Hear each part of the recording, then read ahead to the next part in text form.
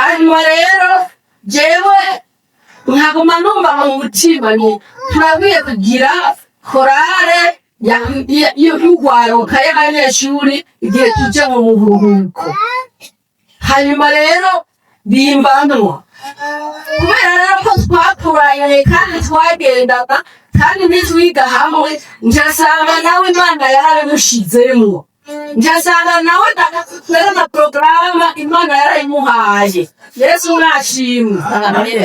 Twicara rero turafata twobikora gute ko turi babiri, duca tubishiramwo abanyeshuri bari bahari ku bubwirizi gusekera. Yesu nashimwe. Muga turavuga ati nivyoheye gusekera kuko tuzokenera no kuja mu bundi bubwiriza canke ku yandi mashuri. None ko turi abanyeshuri dukeneye tuzobikora gute? Yesu nashimwe. Duca twongera turasenga Imana, duca dushiramwo abantu b'abakomeresa bari bahari gusekera. Yesu nashimwe.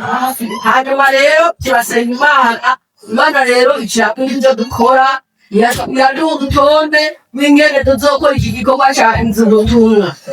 Twahereye gusekera dutangurana n'akareresi kavuga ingene abantu bihana n'ingene Satani aza kubagwanya, bamwe akabateza inciro, abandi akabateza amaronko n'ibindi vyinshi. Na Yesu nawe ahari akakuma asengera rya shengero ryiwe nk'uko na n'uyu munsi bimeze. Yesu nashimwe. Uwo munsi rero twagize ikiganza ciza kandi Imana yabibayemwo. Turashima Imana yavyemeye, turashima n'abakozi b'Imana bari bahari ico gihe bakavyemera.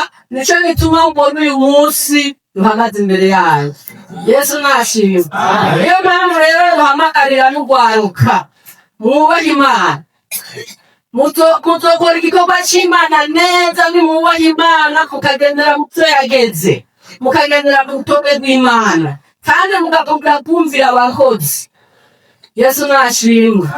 Kumvira abakozi kandi mukaba munsi y'ibiganza vy'abakozi. Ikikunaniye n'ico udasobanukiwe ucuza imbere y'umukozi ati iki ntacoshoboye, hama akamusengera kurya mugisha usabira birya biganza kurabikako bibamwo umugisha.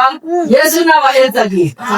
Nuko rero umugwi watanguye, hama rero je naramaye bubitera gatoya, muraza abakobwa baja kubaka, ncaja mu Cibitoki, ariko ubu naho nagiye mu Cibitoki umutima wanje wagumyeho. Vyarashika ngasimba, ariko ubu rero Yesu yaranyeguriye ko nongera kugaruka gukora igikorwa c'Imana. Yesu nashimwe. Ninze rero nagomba kumenya iyo nimwabona turi kumwe